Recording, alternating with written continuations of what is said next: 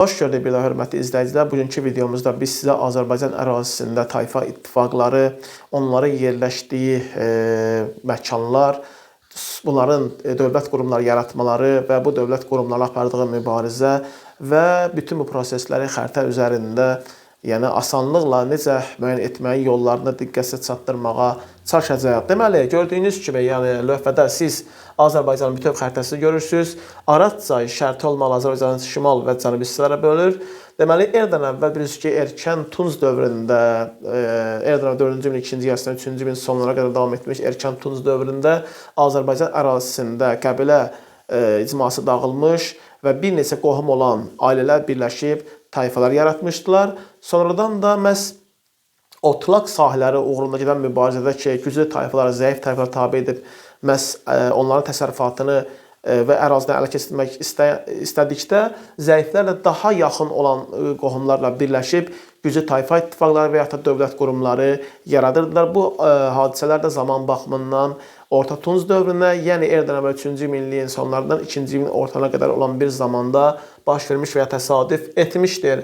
Deməli, gördüyünüz kimi Araz çayından şimalda Naxçıvan ərazisindən Naxçı tayfaları, Mil Qarabağ, yəni Qarabağın düzən hissəsindən isə Gərgər və ya Qarqar tayfaları məskunlaşmışdılar. Araz çayından cənubda isə Urmiya gölünün cənub-şərqində Aratda, cənubunda Lullubi, Su, Turukki, qərbində və ya da cənub-qərbində Kutilər, ətrafında Kassitlər, Qızılüzən çayının aşağı axarında Kadusilər, Xəzərin qərb sahilində isə Kaspilər məskunlaşmışdılar. Ümumilikdə dedik ki, bunların əsas məşğuliyyətlər əsasən maldarlıq olduğu üçün əsas mübarizədə otlaq sahələri uğrunda gedən mübarizə təşkil etmişdir. Bu tayfa ittifaqlarının yaratdığı ilk siyasi qurum gördüyünüz Aratdadır. Aratda, gördüyünüz Araz çayından cənubda, Urmiya gölünün cənub-şərqində yaranan bir dövlət qurumu idi. Zaman baxımından eradan əvvəl 3-cü minin birinci yarısında meydana gəlmişdir. Dövlətin başında Ensi adlanan hökmdar dururdu. Çox tanrılıq mövcud idi. Dindar başında Maş adlanan kahin dayanırdı və İlahi Lama da məhz Aratdanın mühafizəçisi hesab olunurdu. Əhalisi mallara, əkinçilə məşğul olur və Aratda sakinləri İki çay arasında məxsusən Şumerlərlə iqtisadi mədəni əlaqələr saxlamışdır. Amma nə vaxt və hansı səbəbdən süqut etməsi haqqında bir məlumat yoxdur. İkinci haqqında danışacağımız tayfa ittifaqı və ya da dövlət qurumu Lullubilərdir. Lullubi tayfa ittifaqı və ya dövlət qurumu Lullubi, Su, Turukki tayfalarından ibarət idi. Məlumat verir ki, Turukkilər Urmiya gölünün cənubundan Zəncana qədər olan ərazilərə məskən salmışdılar. Lullubilərin dövlət qurumunun yaranması eradan əvvəl 23-cü əsrə, yəni 3-cü min 2-ci yarısı təsadüf etmişdir. Yəni Maşkonu burada olan xırda vilayət hakimləri özünə tabe edib padşahlar padşahlıq qəbul etmiş və Lullubi dövlət qurumu yaratmışdır. Lullubi dövlət qurumunun ən güclü hökmdarı Anibaniyin olmuşdur. Anibaninin dövründə ərazisi daha genişlənmiş. Hətta bu apardığı mübarizədə və ya əldə etdiyi uğurlardan məhz eradan əvvəl 3-cü minliyə aid və ya da 23-cü əsrə aid olan Qələbə abidəsində və ya da sütununda söhbət açmışdır. Lullubi dövlət qurumunun ərazisi Urmiya gölünün cənubundan Dədət çayının sol qolu olan Diyala çayına qədər əraziləri əhatə etmişdir.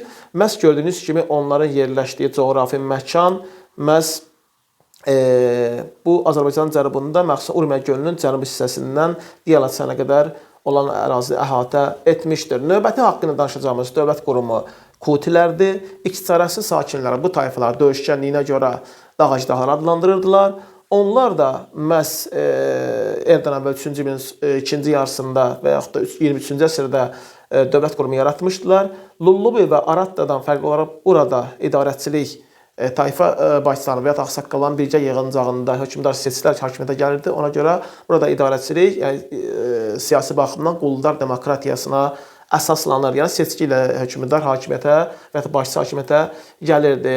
İstər Kuti dövlət qurumu, istərsə də Lullubi dövlət qurumu əsas mübarizə apardığı məhz dövlət Akkad olmuşdur. Çünki Akkad bu bölgənin zəngin ərazilərini ələ keçirmək uğrunda mübarizə aparırdı və bunlar dövlət qurumundan əvvəl güclü ittifaq yaradaraq onları məğlub etmişdilər və hətta Kutilər dövlət qurumu yaratdıqdan sonra da Akkadı eradan əvvəl 22-ci yüzilliyin əvvəlində süquta uğradaraq iki çay arasını Akkaddan sonra vahid halda birləşdirən və ya tabe edən ikinci məhz siyasi qurum olmuşdur. Məhz nəticədə Kuti dövlət qurumunun sərhədləri Urmiya gölünün qərbindən İran körfəzinə qədər ərazilər əhatə etmişdir. Əsasən 3 böyük tədbir görmüşdülər. Burada şəhərarası, yəni Şumer şəhər dövlətləri arası çəkişmələrə son qoymuşdular. Bölgəyə xarici hücumların qarşısını almışdılar və ticarət yollarında əminamanlıq yaratmışlar. Məxsusən Kutilərin ikisi arasında idarəçisi də yerli canişinlərə kifayət qədər müstəqillik verilməsi və ya səlahiyyət verilməsi onların bu bölgədə hakimiyyətini zəiflədən əsas amillərdən oldu. Nəticədə Kutilərin ikisi arasındakı sonuncu hökmdarı Trikan oldu. 40 günlük ki, taxta çıxmışdı. Ona qarşı mənbələrdə deyildi ki, Utehenqal adlanan bir kahinin başçısı altında üsyan başlayır və nəhayət onların ikisi arasında hakimiyyətinə son qoyulur. Nəinki ikisi arasında, hətta Kutilərin Urmiya gölü hövzəsində də, yəni mövqeləri zəiflər. Nəticədə 3-cü ilin sonlarında Lulubilərdə olduğu kimi Kuti dövlət qurumu da məhz süquta uğrayaraq xırda vilayətlərə parçalanır. Bu dövlət qurumlarının süqutundan sonra əsasən Su və Turuk tayfaları müstəqil oldu.